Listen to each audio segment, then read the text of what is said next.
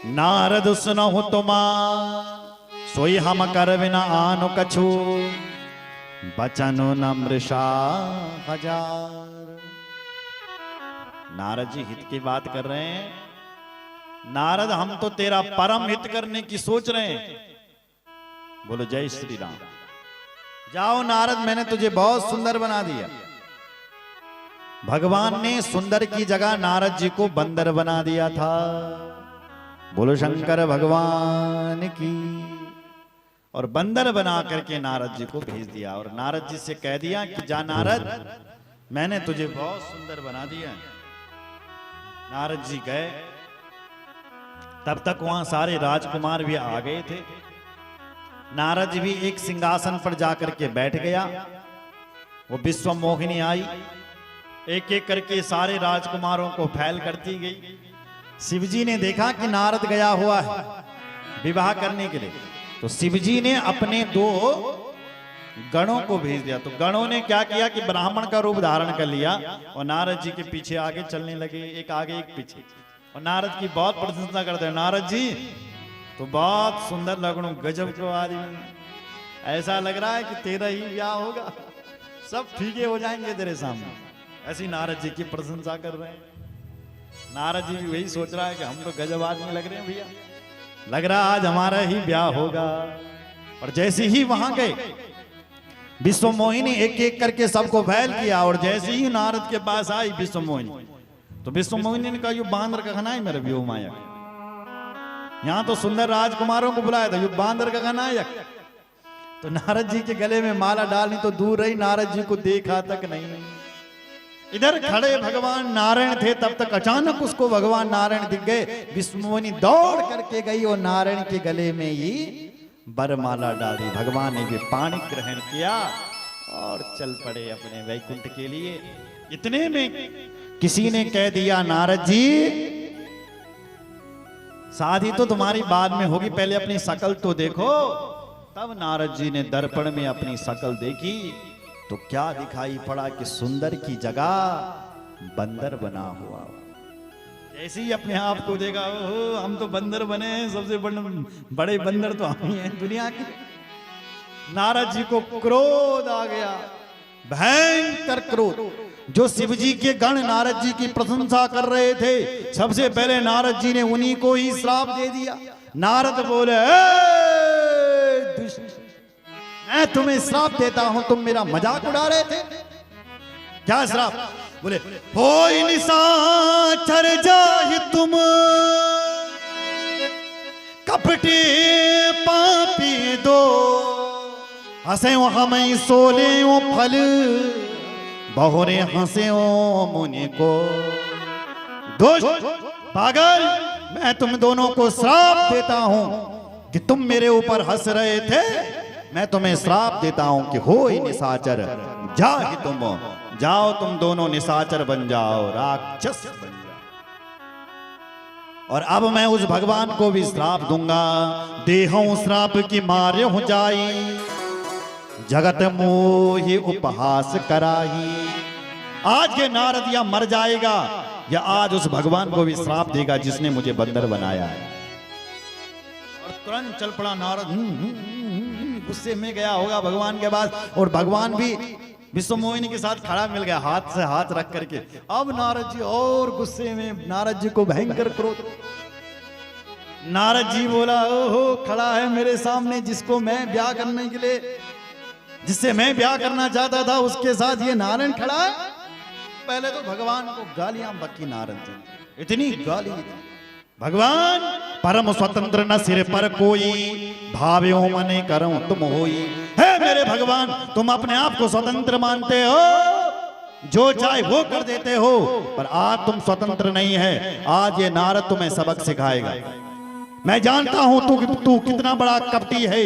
मैं जानता हूं तुझे, तूने इस नारद के साथ आज कपट किया, मैं तुझे माफ नहीं करूंगा। मैं जानता हूं तू कितना बड़ा कपटी है। अरे जब समुद्र मंथन हुआ था, समुद्र मंथन, तो समुद्र मंथन से सबसे पहले जहर निकला, तो तू सबसे पीछे खड़े हो गया। तूने कहा उस जहर को शिवजी को पिलाओ, शिवजी को पिलाओ, सब शिवजी को तूने पिला दिया। इतना बुद्धिमान है तू। और जब उसी समुद्र मंथन से जब लक्ष्मी जी निकल रही थी तो उस समय तो सबसे आगे खड़ा हो गया, लक्ष्मी चाहिए मुझे, लक्ष्मी चाहिए। विश्वासघात करता है, मैं तुझे श्राप देता हूं, आज मैं तुझे छोड़ूंगा नहीं, श्राप देता हूं मैं तुझे, तूने मुझे पत्नी के लिए रुलाया है तो मेरा श्राप है, तेरा भी मनुष्य जन्म होगा। और जैसे मैं आज पत्नी के लिए रो रहा हूं, तू भी अपनी पत्नी के लिए जंगल जंगल रोता फिरे। तेरी पत्नी को कोई राक्षस उठा करके ले जाएगा, जिसके लिए तू जंगल में रोता फिरेगा। जा, तूने मुझे बंदर बनाया है तो मेरा श्राप है, बंदर ही तुम्हारी सहायता करेंगे। कप्य आकृति तुम कीन हमारी, करहीं कीस सहाय तुम्हारी। तुमने मुझे कपि बनाया है अर्थात बंदर बनाया है, तो मेरा श्राप है, बंदर ही तुम्हारी सहायता करेंगे। मम उपकार कीन तुम भारी, नारी बिरहे तुम हो ये दुखारी। तुम अपनी नारी के लिए दुखी हो जाओ। भगवान ने कहा नारद मुझे तेरा श्राप स्वीकार है। भगवान बोल पड़े, क्या? साप शीस धर हर से प्रभु बहु विनती की, निज माया के प्रबलता कर सी कृपा निधि ले। साप शीस धर हर से, भगवान ने वो श्राप स्वीकार किया और हंस पड़े भगवान। भगवान ने कहा अब देख नारद, तुरंत भगवान ने वो माया दूर की। तो जब हरि माया दूर निहारी, नहीं तहां रमान राजकुमारी। जब भगवान ने अपनी माया को दूर किया तो ना तो वहां कोई शील निधि नाम का राजा था, ना कोई विश्व मोहिनी थी, ना कोई विश्व सुंदरी थी।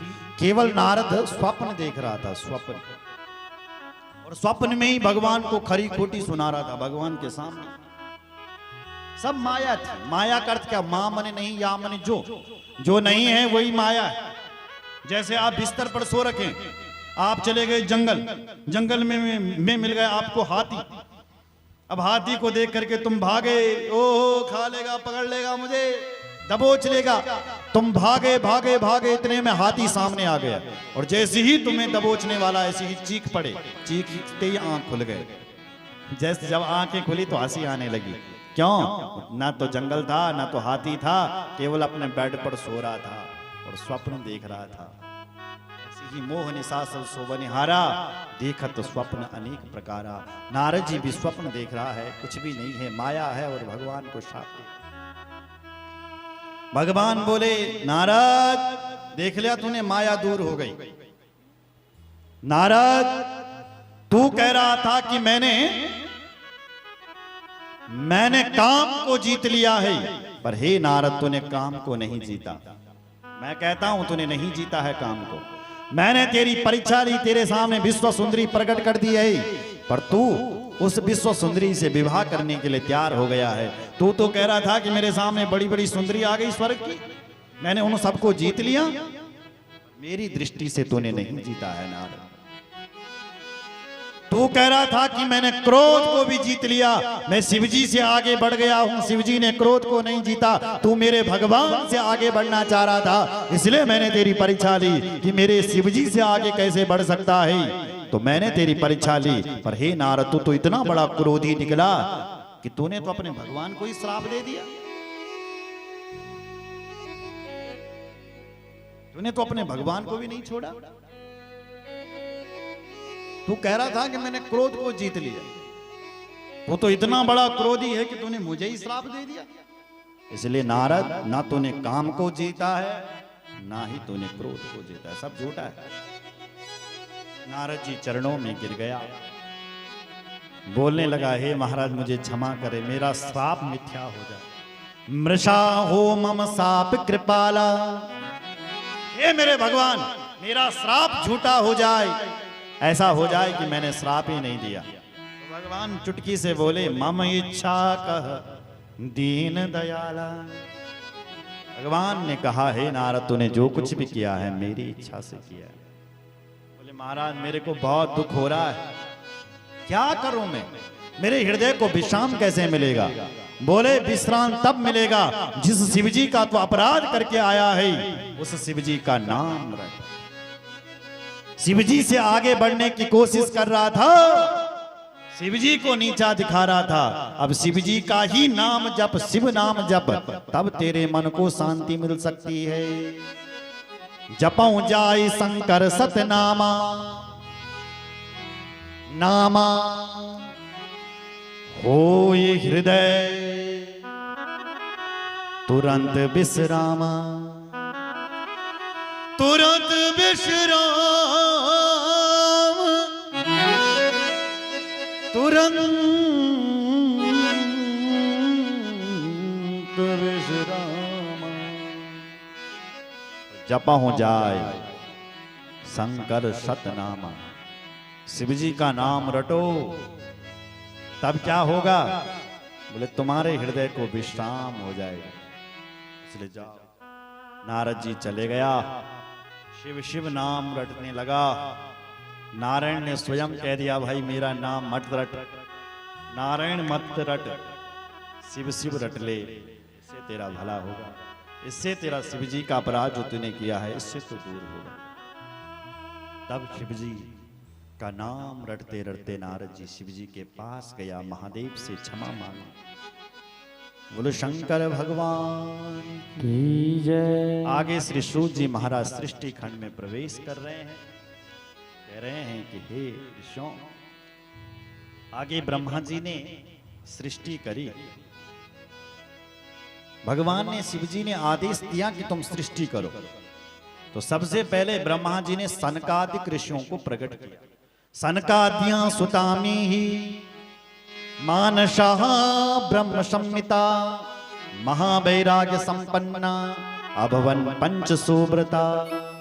महावैराग्यवान जो सनकादिक ऋषि हैं, इतने वैराग्यवान हैं कि ब्रह्मा जी ने कहा तुम सृष्टि करो तो उन्होंने मना कर दिया, हम तो केवल हरि का जाप करेंगे, हम सृष्टि नहीं करेंगे।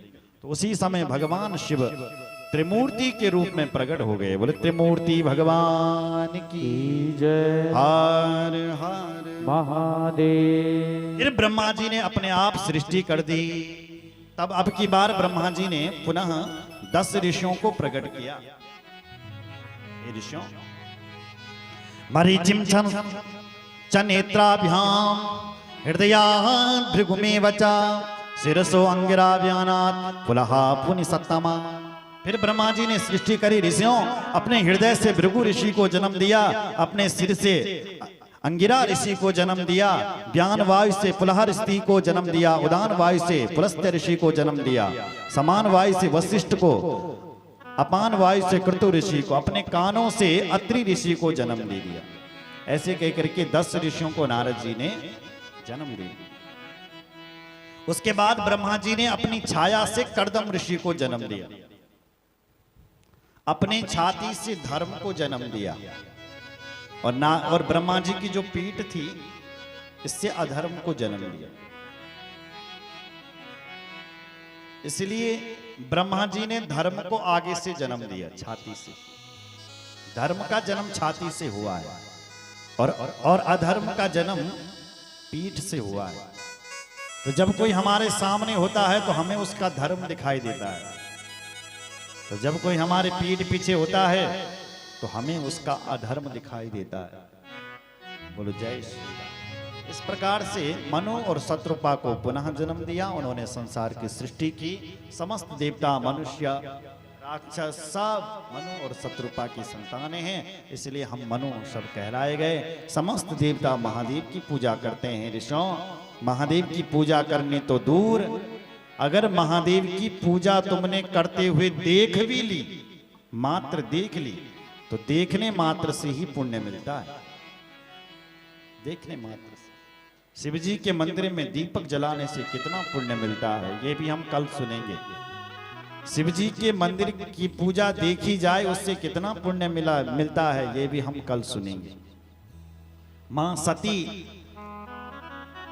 दक्ष के घर पर कैसे प्रकट हुई, ये भी हम कल सुनेंगे कि दक्ष के घर में मां सती कैसी आई, संध्या ब्रह्मा जी की बेटी कैसे बनी, पुनः वो संध्या अरुंधति कैसे बनी, ये भी हम कल सुनेंगे। हमारी जो ये अवस्था है, 4 अवस्थाओं में हम लोग हैं। बाल अवस्था, ऐसी 4 अवस्थाओं में व्यक्ति कैसे गया, शिवजी ने ये संस्कार कैसे बनाए, ये भी हम कल सुनेंगे। और माता सती का प्राकट्य दक्ष के घर पे कैसे हुआ, फिर शिवजी से व्यास सती जी का कैसे हुआ, इन सब कथाओं का आनंद हम कल लेंगे। बोलो शंकर भगवान की जय। आइए आज वाणी को यहीं पर विराम, शेष चर्चा कल करेंगे। बोलो शंकर भगवान की जय। जय श्री